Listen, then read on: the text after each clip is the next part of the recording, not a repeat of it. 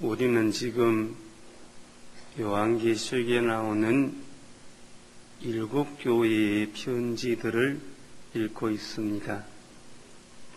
오늘 우리는 스무나 교회에 두시는 편지를 읽었습니다. 만일 우리가 읽은 에베소 교회가 역사적으로 예수님이 승천하신 후에서부터 일어난 초대 성령의 교회의 모습이라고 한다면, 이 스무나 교회는 그 다음에 연속하여 생기는 박해받는 교회일 수가 있습니다. 만일 에베소 교회에서부터 라오디게아 교회까지 7교회가 단순히 소아시아에 있었던 7교회라고 하는 뜻보다 더 깊이 만일 우리가 생각할 수 있다고 하면, 요 에베소 교회에서부터 라오디게아 교회는 단순히 소아시아의 7교회가 아니라 이 땅 위에 나타날 7교회의 모습을 그대로 보여주고 있다고 생각할 수가 있습니다. 만일 에베소 교회가 오순절의 성령 충만한 교회이고 스무나 교회가 그 다음으로 계속해서 박해받는 교회의 모습이라고 하면, 그렇게 성경을 생각하면 분명 라오디게아 교회는 마지막 교회의 모습이 될 것이고, 그리고 이 교회는 휴거로 끝나는 교회가 될 것입니다. 따라서 에베소 교회에서부터 라오디게아 교회는 주님이 승천하신 이후부터 휴거, 성도의 휴거, 요한계시록 4장에서 보여주는 성도의 휴거까지 그 역사 전체를 망라하고 있는 교회일 수가 있습니다. 만일 우리가 그렇게 요한계시록을 본다고 하면, 이 성경에 나오는 교회 이야기들은 단순히 역사의 한 곳에 있었던 지방의 교회가 아니라 전체 역사를 통해서 나타나는 성도들의 삶과 교회의 모습임을 볼 수가 있습니다. 우리는 좀 더 역사에 친밀하게 가까이 다가가는 입장에서, 지난번에도 에베소 교회는 주님이 승천하신 이후에 이 땅에 제일 처음으로 있었던 교회의 모습으로 읽었습니다. 오늘 8절부터 주어지는 스무나 교회의 모습은 바로 에베소 교회를 이어서 이 땅에 출현하는 박해받는 교회, 고난받는 교회의 모습임을 알고 우리는 함께 이 말씀을 읽어가 보기를 원합니다. 8절입니다. 같이 읽읍시다. 스무나 교회의 사자에게 편지하기를 처음이요 나중이요 죽었다가 살아나시니가 가라사대. 그렇습니다. 스무나 교회에 나타난 주님의 모습은 처음과 나중이요 죽었다가 살아나시니, 이것은 박해받는 교회를 격려하는, 죽음을 두려워하지 마라, 내가 죽었다가 다시 살아났으니 너희들도 나를 위해 죽으면 영원히 산다. 그런 암시적인, 격려적인 입장에서 이 서두를 우리는 읽어야 할 것입니다.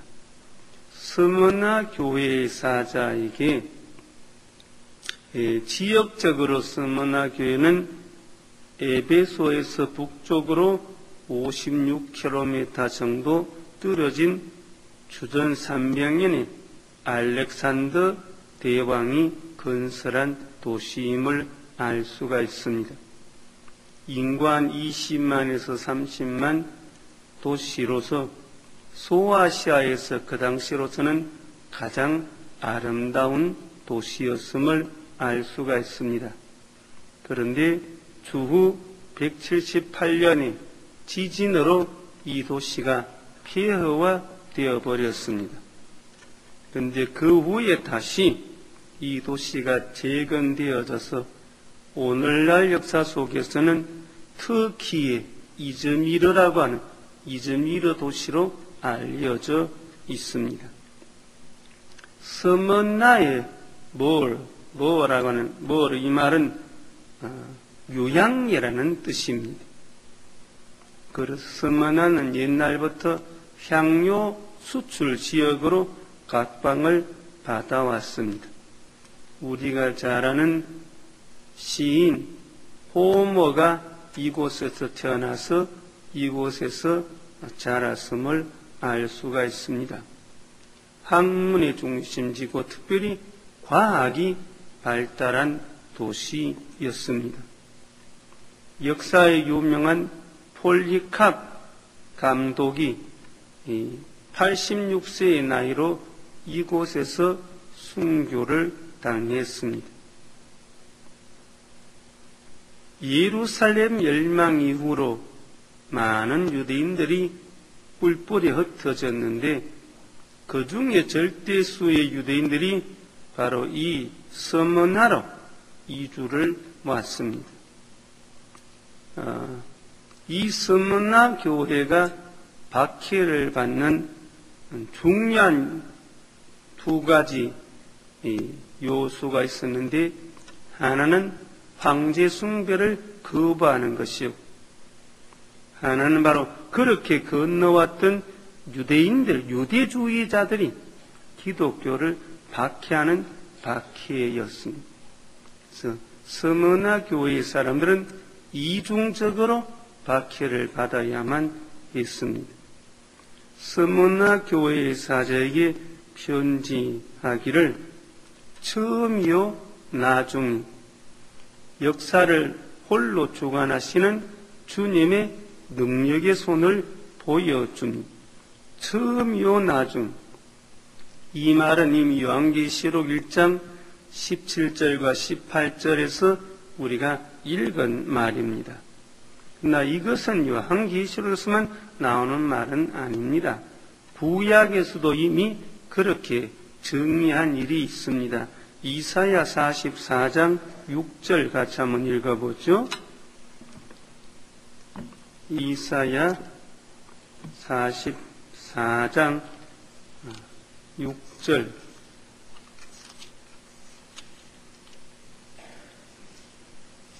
성경 찾기가 좀 귀찮아도 글을 아는 사람은 성경 꼭 찾아야 됩니다. 그것이 두 가지인데, 하나는 성도를 좀 더 부지런하게 만들기 위해서 찾아야 되고, 두 번째는 말씀을 내 것으로 만들기 위해서 찾아야 됩니다. 44장 6절 같이 읽읍시다. 이스라엘의 왕인 여호와, 이스라엘의 구속자인 만군의 여호와가 말하노라. 나는 처음이요 나는 마지막이라. 나 외에 다른 신이 없느니라. 이사야 요한계시록에 나오는 나는 처음이요 나중, 그 말 똑같이 사용하고 있습니다. 이사야 48장 12절. 이사야 48장 12절.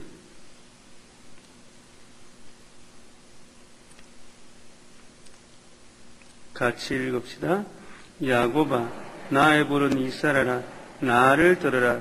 나는 거니 나는 처음이요 또 마지막이라. 주님 신이 구약에서도 바로 내가 알파와 오메가, 처음과 나중, 시작과 끝, 처음과 마지막, 자기를 선포하고 있음을 볼 수가 있습니다. 스무나 교회에게 나타난 주님의 모습은 처음이요 나중이 되시는 주님이고, 죽었다가 살아나신 주님임을 알 수가 있습니다. 죽었다가 살아나신, 이것은 예수님의 역사적인 죽음을 말합니다.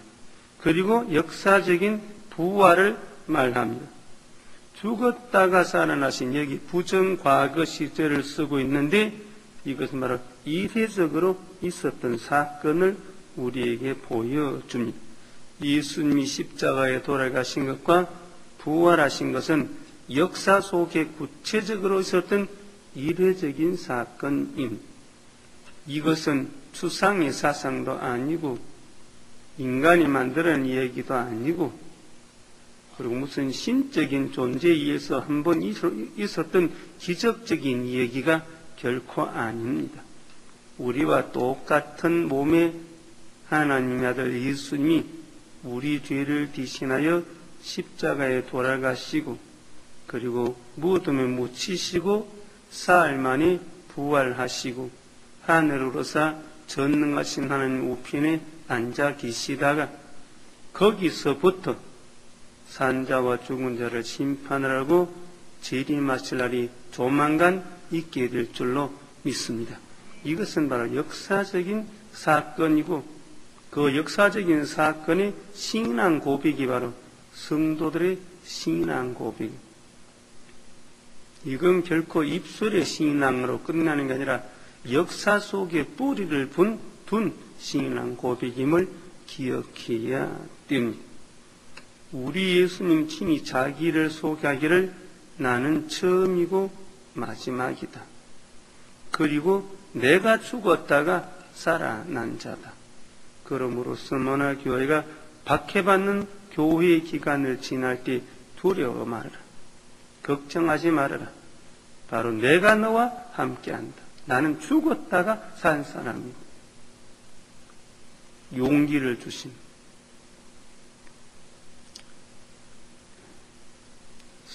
오늘 성경에 보면 스무나 교회는 세 가지로 특징이 주어지는데, 하나는 환난 받는 교회고, 두 번째는 가난한 교회고, 셋째는 박해받는 교회임을 알 수가 있습니다. 9절입니다.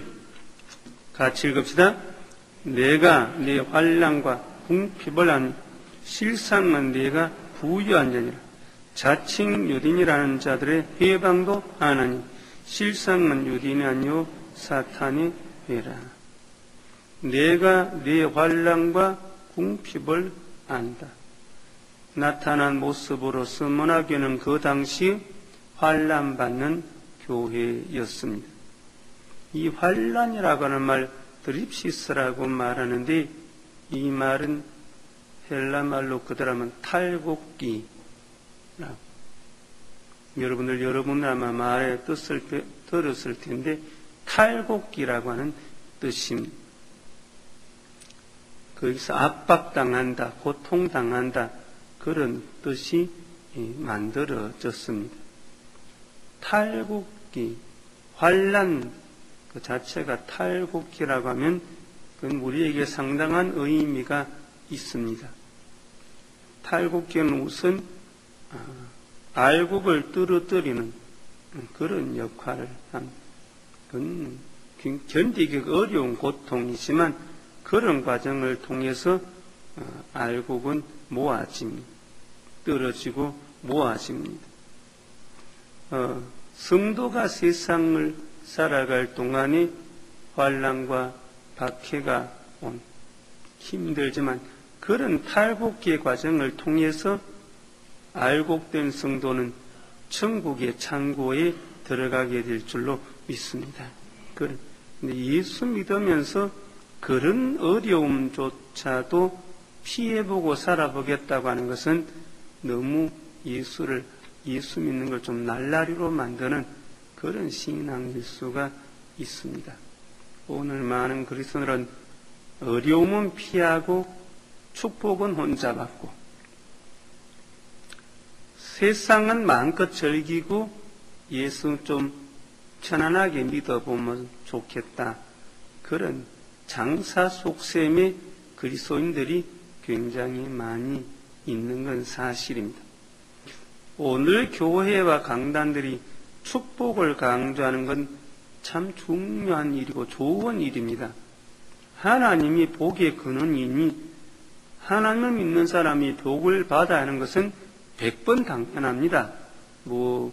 신앙의 복이든 생활의 복이든 천국의 복이든 이 땅의 복이든 천국 창고가 채워지든 이 땅의 창고가 채워지든 천국 주머니가 채워지든 내 돈 주머니가 채워지든 하여간 복은 다 하나님께로부터 오니까 하나님께로부터 받아야 되는데 하나님의 자녀가 된 성도가 복을 받지 못하면 누가 복을 받을 수가 있을 것입니다.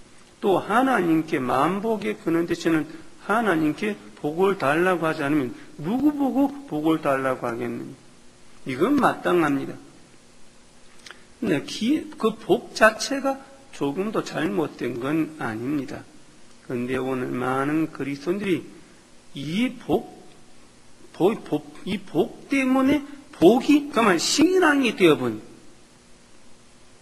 복이 바로 신앙이 되어버린, 그래서 이것을 사람들은 기복 종교라 그러는데, 성도는 물론 복을 받아야 됩니다. 그러나 복 그 자체가 신앙이 되어버리면 그건 세상의 무당 종교나 아무 다름이 없습니다. 단지 신을 숨기는 목적은 복을 받기 위한 것이다. 이게 됩니다. 그것은 그렇지 않습니다. 우리가 주님을 사랑하고 주를 위해 고통을 당하고 주를 위해서 헌신하고 주를 위해서 소원을 보고 주를 위해서 역경을 당하고 주를 위해서 아픔을 겪는 기쁨으로 받아들일 때 복은 덤으로 주어지는 줄로 믿습니다. 다 아니면 이것이니까. 덤으로 주어. 우리 삶에서 주님은 바로 그런 순서의 중요성을 참 중요하게 가르쳐 주신 일이 있습니다. 너희는 먼저 그의 나라와 그의 의를 구하라. 그리하면 이 모든 게 뭐예요? 이 모든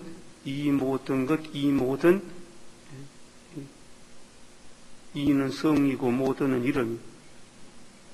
이 모든 것을 너희에게 주시리라. 주님은 복을 구해서 복을 받으려고 하지 말고 먼저 그의 나라와 그의 의 하나님의 영광을 구하면 복은 뒤따라 넘치게 올 줄로 믿습니다. 만일 이 순서가 바뀌어져 버려서 이 모든 거 받고 그거 가지고 내가 하나님에서 이렇게 저렇게 하겠다 그러면 이건 기복 종교 같아요. 오늘 많은 그리스도인들이 이 기복 신앙에 휘말리다 보니까 먼저 복부터 받아야 되겠다. 내가 복을 받고 사업을 잘 되고 돈 많이 만지면 이걸로 11조도 하고 이것도 구제하는데 하나님 내게 복을 먼저 주십시오. 그래야 내가 축복받아가지고 이런 것 하고 저런 것도 하겠다. 이제 그렇게 말하는데 그런 사람은 100번도 복을 받으면 그렇게 또 하지 않습니다. 왜요? 그것 자체가 목적이었으니까 받으면 그걸로 끝이. 주님은 그렇게 하지 말라는 거고 먼저 그의 나라와 그의 의를 구해라. 정말 하나님의 영광을 위해서 살아라. 그러면 그런 것은 너희 아버지가 알아서 다 주신다. 아버지가 알아서 주실 때 주지 않는 게 뭐가 있겠느냐. 이 모든 것 먹고 마시고 입고 사는 모든 것까지 다 주신다. 그 하나님은 늘 겨우 기갈이나 면하러 주심을 아니라 풍성하게 주시는 분인 줄로 믿습니다. 우리 예수님은 손이 크세요. 우리 예수님 손이 크세요. 손이 커서 주면 많이 주지 적게는 결코 안 줘요. 보리떡 5개로 광야에 5,000명을 먹일 때도 요거 모자랄지 모르니까 조금 나누어 줘라. 세매 가면서 적당하게 숫자 맞춰서 요 나누어 줘라. 그렇게 하지 않아요. 다 배불리 먹고 다 배불리 먹고 주님은 손이 크신 분이 덤성 주신, 은혜를 주셔도 덤성 주시고, 성령을 주셔도 덤성 주시고, 축복을 주셔도 덤성 주시고, 구하는 것을 주셔도 넘치게 주시는 분인 줄로 믿습니다. 오늘 우리 성도들의 입에서 하나님 고만 너무 많아요, 고만 이런 기도가 터져 나와야 되는데 아직 강북제일교회는 그런 기도가 잘 안 나오는 것 같아요. 조만간에 그렇게 되시기를 축원합니다. 이 환난이라고 하는 것, 이건 우리에게 단순히 괴로운 게 아니라 알고 걸어서 누려야 할 축복의 과정이, 기쁘게 받아 그의 나라와 그의 의를 위해서 올바르게 이 땅의 고통, 환난, 역경을 당할 수 있는 사람은 분명 하나님이 이 모든 것으로 채우시는 축복을 체험하게 될 줄로 믿습니다. 순수입니다. 이 환난. 그리고 선문화교회는 환난 당하는 교회일 뿐만 아니라 궁핍을 당하는 교회다. 여기 궁핍이라고 하는 건 가난인데, 선문화교회의 사람들 자체가 가난한 사람들 아니었습니다. 이 사람들은 주님을 사랑하기 때문에 경제적인 곤란과 직장에서의 어려움을 받아들였던 사람들. 히브리서 10장 32절에서 34절 같이 읽어보시죠. 히브리서 10장 32절에서 34절.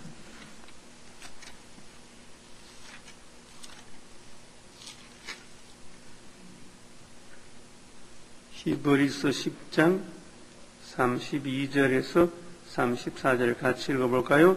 전날에 너희가 빛을 받은 후에 고난의 큰 싸움에 참은 것을 생각하라. 혹 비방과 환난으로서 사람에게 구경거리가 되고, 혹 이런 형편이 있는 자들로 사귀는 자 되었으니 너희가 가축자를 동정하고 너희 산업을 빼앗기는 것도 기쁘게 당한 것은 더 낫고 영관 산업이 있는 줄 알미라. 할렐루야. 이 시대의 그리스도인들은 기꺼이 주를 위해서 이런 고난을 받아들였습니다. 궁핍을 받아들였습니다. 이제 말하는 사업이 뺏기, 수행이라고 사업을 뺏기고 돈이 뺏기고 재산을 뺏기고 집안을 뺏겨도 기쁘게 받아들인 사람. 가난해서 가난한 사람들이 아니라 주를 위해서 가난하게 된 축복의 사람들이에요.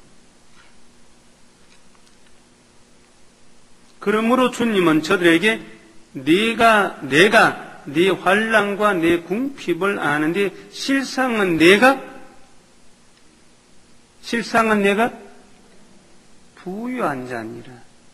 내가 볼 때, 주님의 눈에서 볼 때, 주님의 눈에서 볼 때, 오늘 주님이 여러분들 보실 때도 네가 가난해서 눈물로 기도하는구나. 그러나 내가 볼 때 너는 정말 부자다. 할렐루야. 주님이 인정하는 부자다. 서문화교회는 분명히 지금 사업을 뺏기고 산업을 뺏기고 지금 배고파서 고통당하는 성도들이었지만 주님 보실 때는 네가 부유한 자니라. 이것은 라오디게아 교회는 아주 대조적인, 라오디게아 교회는 스스로 부자라고 믿었는데 주님은 네가 가난한 자다. 요한계시록 3장 17절, 그 옆에 보이니까 읽어봅시다. 요한계시록 3장 17절. 그래요. 라오디게아 교회를 향한 주님의 말씀이지. 3장 17절 요한계시록 같이 읽을까요? 시작. 네가 말하기를 나는 부자라 부유하여 부족한 것이 없다 하나 네 공부한 것과 가련한 것과 가난한 것과 눕는 것과 벌거벗은 것을 알지 못하는다. 라오디게아 교회는 스스로 부자라고 믿었습니다. 그리고 부족한 게 없다고 믿었어요. 곡간에는 곡식이 가득 차고 창고에는 은금이 가득 차고 장롱에는 옷이 가득 차고 또 뭐가 필요합니까? 네? 또 뭐가 필요해요? 곡간에는 곡식이 가득하고 참기는 은금이 가득하고 장롱에는 옷이 가득하고 또 뭐가 필요해요? 냉장고에는 먹을 게 가득하고 나는 부자라 부유해서 부유한 것이 없다. 넉넉했어요. 그러나 주님이 볼 때는 라디에게는 그 반대였어요. 여기 말씀드린 대로 가난한 것도 한 가지가 아니라 5가지. 공고한 것, 가련한 것과 가난한 것과 눕는 것과 벌거벗은 것 5가지입니다. 비참한 게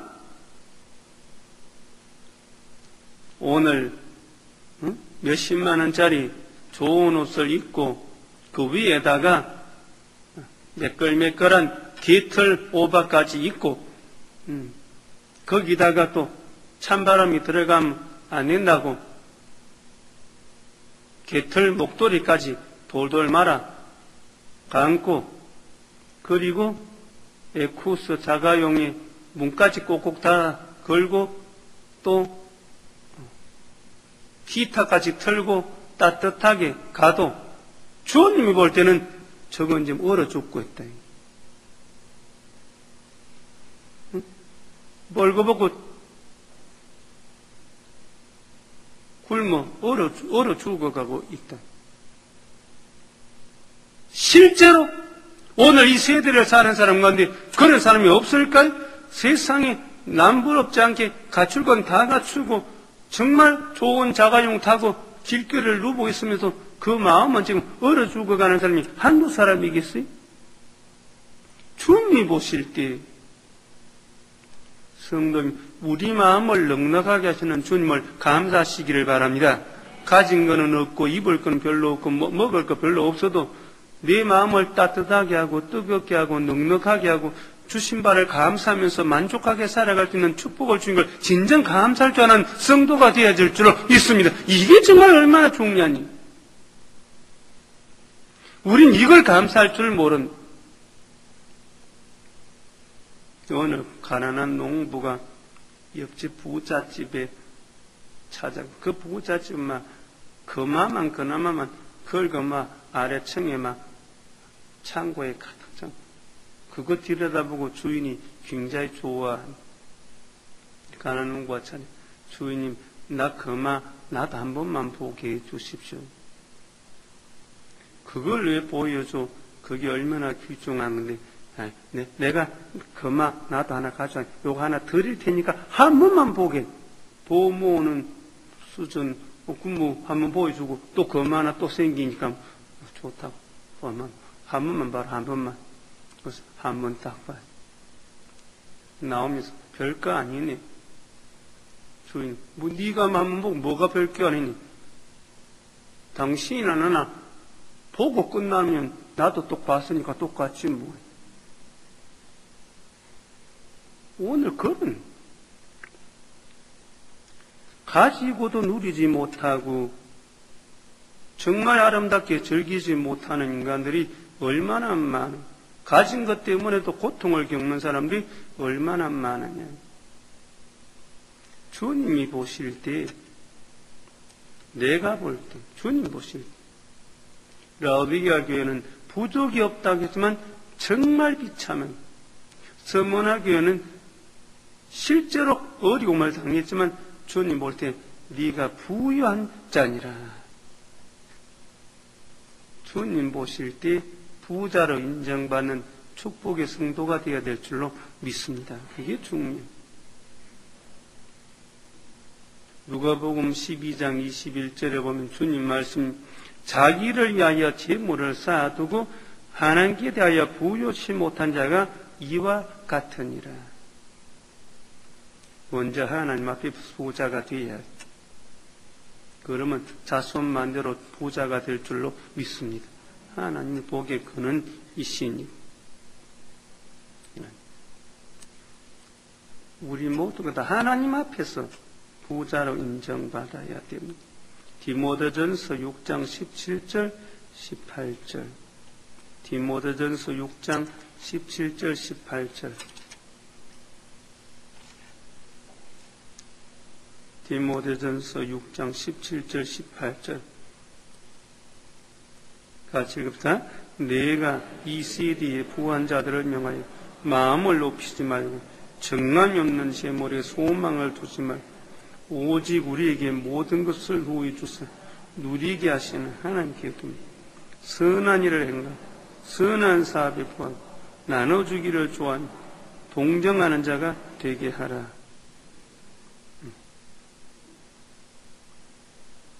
정말 주님 앞에서 부자가 되어 야고보 2장 5절. 야고보 2장 5절. 같이 읽읍시다. 내 사랑하는 형제들아 들을지어다. 하나님이 세상에 대하여 가난한 자를 택하사 믿음에 부유하게 하시고 또 자기를 자랑한 자들에게 약속하신 날을 유업으로 받게 아니하셨느냐. 우리가 유업으로 받은 천국을 생각하고 그 나라와 그 의를 구하는 간절한 마음으로 살아가면 주님은 필요하시면 이 땅의 것도 넘치게 채워줄 줄로 믿습니다. 주님이 사실 누구 주려고 안 주시겠느냐. 우리에게 주지 않을 때는 그만한 충분한 이유가 있을 것입니다. 가난하기도 하시고 부하기도 하시고 높이기도 하시고 낮게도 하시고 살리기도 하시고 죽이기도 하시는 하나님이 우리를 가난하게 두실 때는 가난하게 살아야 할 금은 더 좋은 것이 있기 때문인 줄로 믿습니다. 하나님이 우리를 더 나쁘게 하려고 하는 거 아닙니까? 더 좋게 하죠. 생각해봐요. 너무 부자라 먹는 것도 어떻게 하다가 정말 먹는 것도 마음대로 못 먹고 고통당하고 당뇨라 해서 당뇨 하도 부자라 잘 살면 당뇨 걸려가지고 먹는 것도 못 먹고 요거 쬐끔 저거 쬐끔 미친 듯이 오고. 제가 영락교에 있을 때 보니까 어느 부잣집에 신방 간데 그 집에 벽에 금도끼가 다 걸려있는, 얼마나 부자니. 금도끼 봤어요? 옛날 동화에서나 봤지만 금도끼냐 은도끼냐. 그 집에는 진짜 금도끼가 있어. 근데 당뇨 때문에 할머니가 얼마나 무섭게 먹이 있는지 막 먹으려고 허벅 남 여자가 막 눈을 보라리면서 막 이거만이 막 목사가 앉은 식탁에서도 이건 안 된다고 또 좀 그렇게 아주 음식 때문에 고통을 당하더라고요. 근데 뭐 여자가 잠깐 뭐 어쩌가 비키니까 막 끄급지급 또 여자 보니까 탁. 하나님, 먹을 거 없어도 건강미를 주신 거 감사합니다. 나는 먹을 게 좀 부족해도 건강한 미를 주신 게 너무 저는 지금도 위가 채울 게 없어 못 채우겠어요. 우리 집 가난해서. 그래 먹을 것만이 두고 위도 나쁘고 당뇨 걸려서 아무것도 못 먹고 사는 것보다는 돌멩이라도 적버적버적 씹어먹을 수 있는 건강한 위 가진 거 감사하시기를 바랍니다. 그게 축복이시면 뭐가 축복이? 주님 보실 때 부자가 되어야. 오늘 자기에게 부자고 하나님 보실 때는 정말 가난한 사람 많이 있다고 하는 사실이죠. 실상은 내가 부유한 자니라.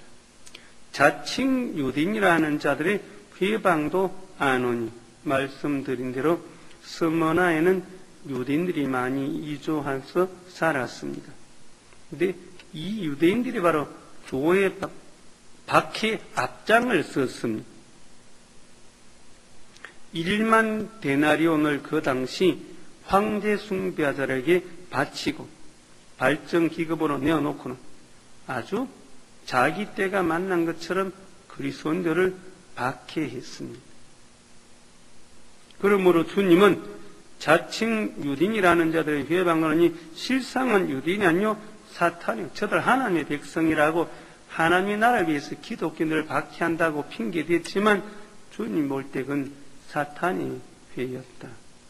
혈통은 유대인이지만 하나님의 구원의 역사를 방해하는 사탄의 모임이었습니다. 이들은 언제나 가는 곳곳마다 복음을 박해했음을 우리는 알습니다. 사도행전 13장 50절에 안디옥에서 복음을 박해했고 14장 2절과 5절에 이고니움에서도 박해했고 14장 19절 루스드라에까지 와서 박해했고 17장 5절 데살로니가에서 박해했음을 우리는 압니다. 이건 구약에서도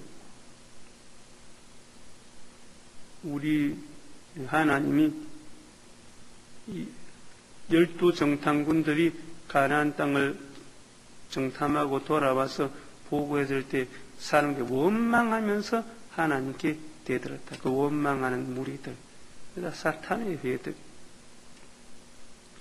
요한복음 8장 31절에서 40절 우리 주님이 복음사에 갈 때 그렇게도 강렬하게 반대했던 사탄의 선동가들이 바로 유대인들이었음을 우리는 압니다.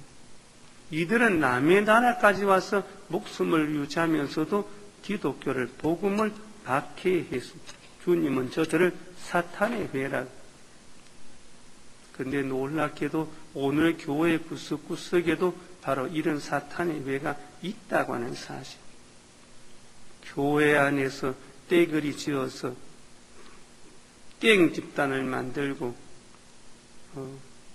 교회 안에서 사사건건이 교회에 하는 일 발을 걸고 넘어지고 붙어 싸우는 그런 비참한 교회의 모습들이 우리 주변에 얼마든지 있다고 하는 사실. 정말 이 교회는 주님을 사랑하는 사람들로 가득 찬 교회가 되시기를 축원합니다. 정말 이거 오늘까지만 아니고 주님 오실 때까지 이 교회는 그런 교회가 되어야 합니다. 사탄의 회 집단들이 결코 발을 붙이지 못하는 그런 좋은 교회가 되어야 될 줄로 믿습니다. 주님은 그렇게 만들어 주실 것입니다. 사탄의 회라. 저들은 유대인이나 실제로는 사탄의 모임입니다. 이들은 바로 황제 숭배의 신앙을 가르치는 이 당시 사람들과 짝짝꿍이 되어서 복음의 기독교인들을 못 살게 굴었습니다. 저들이 기독교인들을 이 당시에 박해한 내용은 거의 확실합니다. 첫째는 예수 믿는 사람이 성찬식을 할 때에 그 성찬식에서 이 떡은 나의 살이고 이 잔은 나의 피다. 그랬더니 예수쟁이들은 몰래 사람 잡아서 뜯어먹고 피를 마시는 식인종들이다. 그리고 박해를 했습니다. 또 성도의 교제, 이 사랑의 애찬 아가페, 이 사랑의 애찬을 아주 저 남녀가 숨어서 자기들끼리 먹여주고 받아먹고 못된 짓 한다. 불륜 집단으로 매도했습니다. 또 안 믿는 사람이 예수 믿게 되면 그 집안에는 어려움이 생깁니다. 가정이 갈라집니다. 아버지가 아들을 쫓아내고 그런 생기자므로 안 믿는 집안에 예수 믿는 사람이 생기게 되면 가정은 어려움이 생깁니다. 이걸 핑계해서 예수쟁이들은 가정을 파괴하는 가정 파괴범이다. 이렇게 또 몰아붙였습니다. 그리고 우상숭배를 거절하게 될 때 우상숭배 거절을 줘봐라 이 신을 섬기지 않는다. 그래서 예수쟁이들은 신이 없는 무신론자라고 몰아붙였습니다. 황제 숭배를 거부한다고 가이사에게 대한 반역으로 몰아붙였고 세상은 불로 심판받는다. 불로 망한다고 해서 이들을 바로 세상을 파괴한 방화범 선동자로 몰아붙였습니다. 이렇게 해서 이 당시 기독교인들을 못 살게 굴고 닥치는 대로 잡아 죽였음을 우리는 압니다. 이 박희경 10절 같이 읽읍시다. 네가 장차받을 고난을 두려워 말라. 볼지어다 마귀가 장차 너희 가운데서 몇 사람을 오게 던져 시험을 받게 하라니 너희가 10일 동안 환난을 받으리라. 네가 죽도록 충성하라. 그리하면 내가 생명의 멸관을 네게 주리라. 너희 성원을 그렇다고 하더라도 이것만 박해가 아니라 앞으로 또 계속 박해가 온다. 얼마 동안? 10일 동안. 10일 동안 박해 기간이, 이 스머나 교회는 박해 기간의 교회를 10일 동안의 박해, 이건 10일이 뭐냐? 이것은 짧은 기간일 거다. 그런 뜻으로 해석하는 사람도 있습니다. 그러나 더 많은 분들은 이 10일 동안이라고 하는 것은 박해 기간에 10번 큰 박해가 있었는데 그 10번의 큰 박해가 바로 10일 동안의 박해다.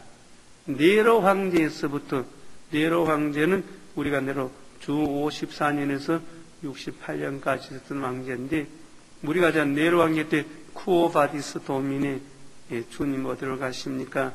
하는 베드로의 고백이 나오는 소설 우리가 잘 압니다.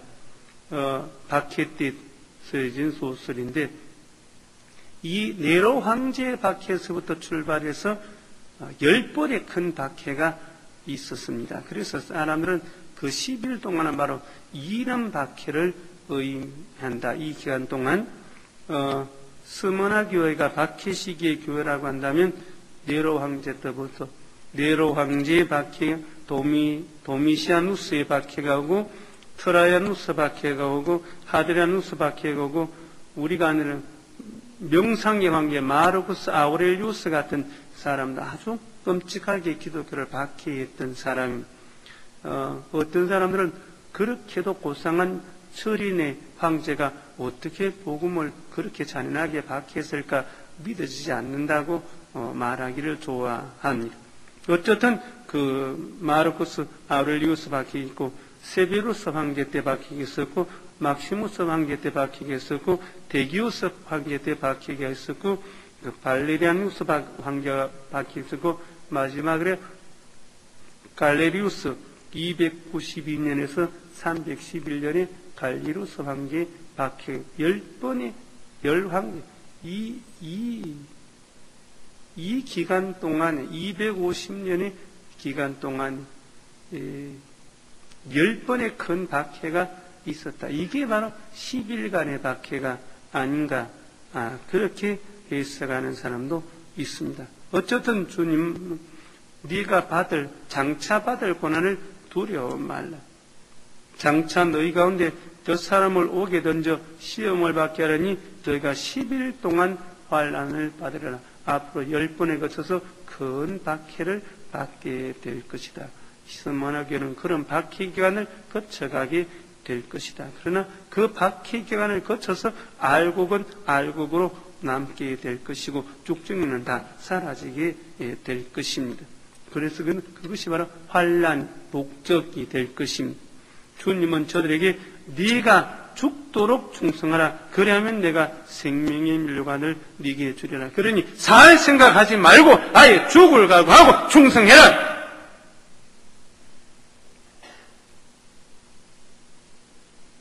앞으로 역사 속에 10번의 큰 박해가 온다.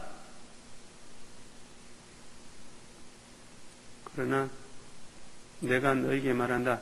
너는 아예 죽을 각오하고 신앙을 지켜. 그러면 생명의 멸관을 받은다. 세상에서도 살려고 하는 자는 죽고 죽으려고 하는 자는 산다고 하는 말이 있는데 주님은 죽도록 충성해라. 죽을 각오를 하고 신앙을 지켜. 오늘날 우리 시대에 박해가 없다고 이 말은 무효한 것은 결코 아닙니다. 오늘 편안한 세상에서도 이 말은 똑같이 유효합니다. 예수를 믿으려면 죽을 각오하고 믿어야지. 그 외에는 정말 사는 길은 없다.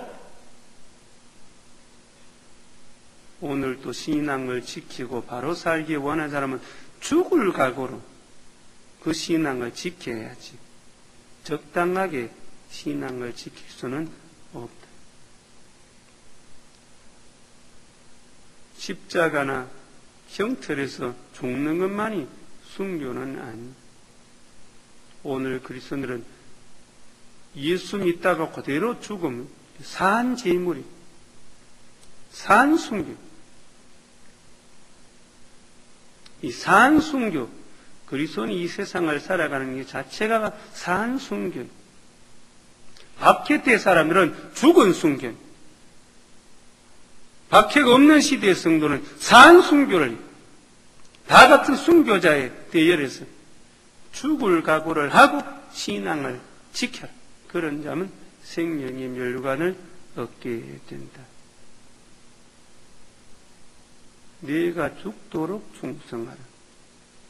우리가 잘 아는 대로 우리 주님은 충성을 세 가지로 요구하신 일 있습니다.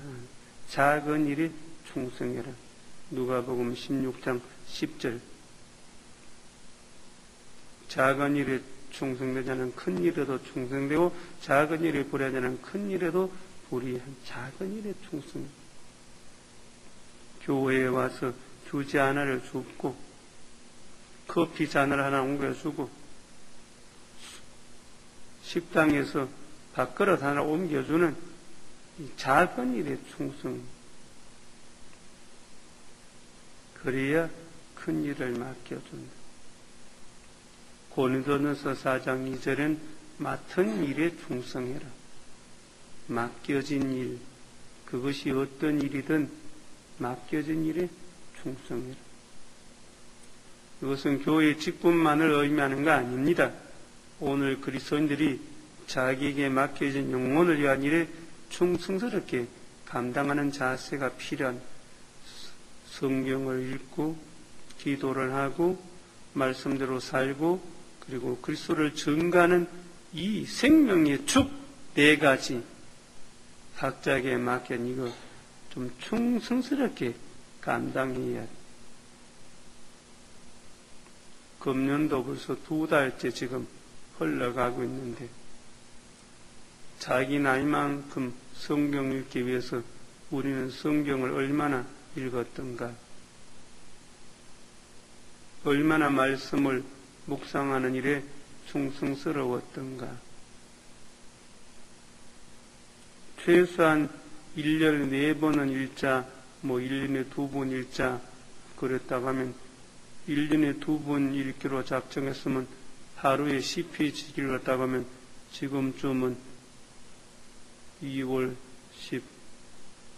13일이면 300페이지는 아니지 400페이지 450페이지 한 500페이지 읽어야 되고 20페이지 읽었다면 지금쯤은 1000페이지 가까이는 읽었어야 되는. 꿈에 본 듯 다 벌써 지나갔어요?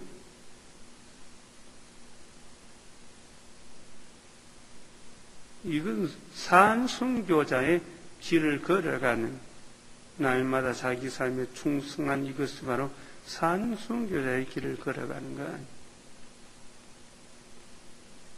그리고 세 번째 주님 우리에게 요구하시는 충성이 바로 요한계시록 2장 10절 죽기까지 죽을 각오로 충성해라. 맡겨진 일, 그 일을 위해서 죽을 각오로 충성해라. 작은 일에 충성하고 맡겨진 일에 충성하고 죽을 각오를 하고 충성하는 주님은 바로 그런 사람을 충성스러운 자로 불러주십니다. 잘했다 착하고 충성종아, 네가 작은 일에 충성했으니 내가 많은 것으로 네게 맡기겠다. 역사 속에서 박해받는 서머나 교회에서만 죽도록 충성하는 말이 결코 필요한 말은 아니었다. 오늘 우리에게 똑같이 요청되는 주님의 명령임을 기억해야 해. 성도들은 그렇게 살려고 애를 써야 해. 그런 삶 속에서 인격적인 충성을 주님께 바치고 변함없는 충성을 주님께 바치고 온전한 충성을 주님께 바치기 위해서 애써야 해. 이것이 바로 자신을 산순교의 제물로 주님께 바치는 길이 아닙니까? 그런 자에게 주님은 생명의 면류관을 주겠다. 여기에 생명의 면류관은 왕관, 다이아데마 왕관이 아니고 스테파노스, 승리의 관을, 시합에 이긴 자에게 주는 관을 주겠다. 면류관, 여기 면류관, 스데반 집사가 받아선 스테파노스, 스데반 집사, 면류관 집사가 받아선 면류관, 이게 바로 생명의 면류관. 성경에 보면 여러 가지 면류관 얘기가 나오죠. 고린도전서 9장 25절에 썩지 아니할 면류관, 데살로니가전서 2장 19절에 자랑의 면류관, 디모데후서 4장 8절에 의의 면류관, 베드로전서 5장 4절에 영광의 면류관. 이제 있는 성경은 생명의 면류관에 관한 여러 가지 설명이 나옵니다. 기억하시오. 그러나 이건 다 왕관 아니고 말씀드린 대로 시합 경기에서 이긴 자가 쓰는 관, 승리의 관. 그러므로 충성하지 못한 사람은 결코 면류관을 쓸 수가 없습니다. 충성성자만이 하늘의 면류관을 쓸 수가 있음을 기억해야 됩니다. 그러므로 오늘을 사는 성도는 정말 기도와 말씀과 직분에 좀 충성스럽게 뛰어들어야 됩니다. 11절입니다. 같이 읽읍시다. 귀 있는 자는 성령이 교회들에게 하시는 말씀을 들을지어다. 이기는 자는 둘째 사망의 해를 받지 아니하리라. 둘째 사망의 해, 그것은 바로 영원한 죽음을 말하죠. 이 땅에서 한번 죽는 건 첫 번째 죽음. 둘째 사망은 부활해서 영원한 지옥에 던져지는 것. 심판을 받아 던져지는 영원한 죽음을, 이 말은 히브리 사람들에게는 아주 익숙한 용어였을 거라고 생각이 됩니다. 요한계시록 20장 14절, 21장 8절에 보면 영원한 불못에 던져진다.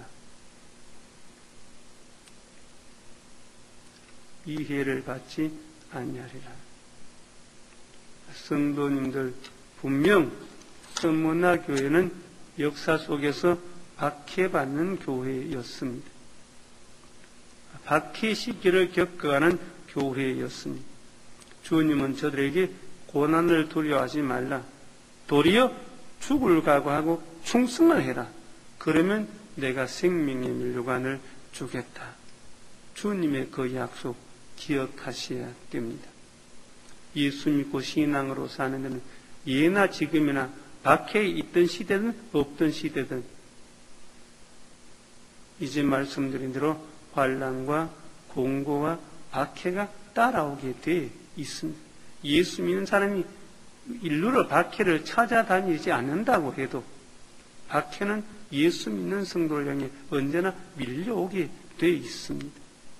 그러므로 그리스도인들은 고난을 두려워하지 말고 도리어 죽도록 충성하는 성도의 자세가 필요합니다. 더욱이 오늘 이 편안한 유혹의 시대를 살아가는 성도들에게 바로 이 결단이 필요합니다. 죽도록 아예 나 예수 믿을 바는 죽을 각오를 하고 믿는다는 그런 자세가 필요합니다. 아니면 세상에 휘말려들어 박해 시대보다 더 비참하게 망할 수가 있다고 하는 사실. 차라리 박해 시대는 정신 바짝 차리고 신앙을 지키기 위해서 각오하고 죽을 각오하고 대대로 승리할 수가 있었는데 오늘 이 사탄의 달콤한 유혹의 시대에 이것저것 살 필요가 없이 망할 수가 있다고 하는 사실을 기억해야.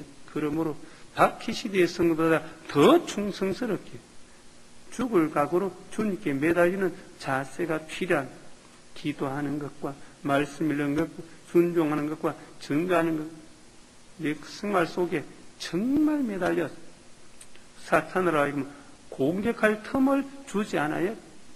이게 바로 성도가 박해 시대만 아니라 편안한 시대를 살아가는 지혜고 결단이 되지 않겠나. 사랑하는 성도님, 이 한 해가 또 벌써 이제 말씀드린 대로 달반이 지나갔습니다. 새벽기도 겨우겨우 한 달 끌어왔. 어떻게 그렇게도 정확하게 기억하는지 고이터날 보니까 탕비어. 아이고, 이렇게 기억을 잘하면 주님 오실 때 하나도 빠질 사람 없겠다. 복비라 해서 어떻게 합니까? 여러분들 각자가 다 많이 기도할 줄로 믿습니다. 집안에서 큐티를 통해서 가까운 교회에 나가서 많이 기도할 줄로 믿습니다.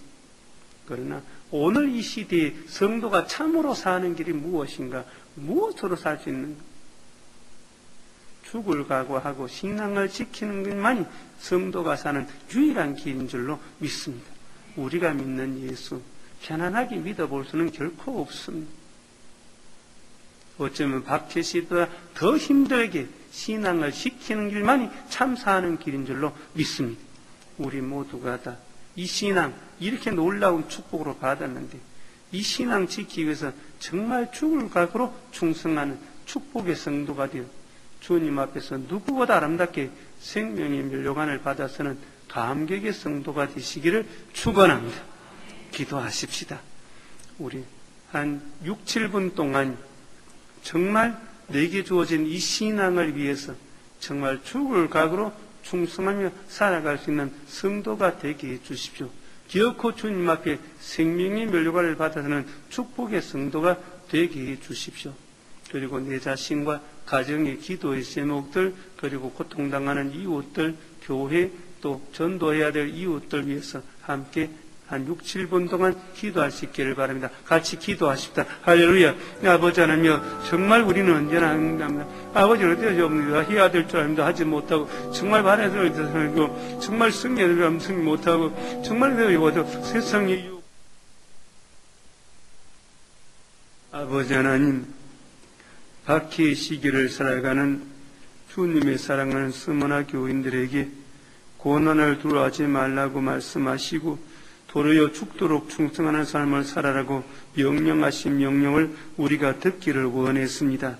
아버지 하나님, 박해 시대만 아니라 오늘 이 사탄의 유혹의 시대에 정말 믿음을 지키는 고난을 두려워하지 않는 성도들 되게 하여 주시옵시고, 정말 도리어 죽을 각오로 신앙을 지키는 충성스러운 성도들 꼭 되게 하여 주시옵소서. 그래서 정말 주님 오실 때 주님의 손으로부터 생명의 멸류관을 받아서는 축복의 성도들, 감격의 성도들, 은혜의 성도들 다 되게 하여 주시옵소서. 오늘 또 주님을 사랑해서 찾아올 때 개인적인 기도의 제목을 가지고 나온 사랑하는 성도들, 저들의 기도를 주여 들어주시옵소서, 살피시옵소서, 응답하시옵소서, 백배로 응답하여 주시옵시다. 우리의 기도에 응답하시는 주님의 그 놀라운 응답을 체험적으로 누리는 아름다운 성도를 꼭 되게 하여 주시옵소서. 우리의 기도를 들으시고 응답하시는 그 주님께 기쁘게 찬송하며 살아가는 아름다운 성도 꼭 되게 하여 주시옵소서. 아버지 하나님, 이 남은 한 주간도 우리가 예수 안에서 정말 충성스럽게 살아가는 신앙의 성도들 다 되게 하여 주시옵소서. 예수님 이름으로 기도합니다. 아멘.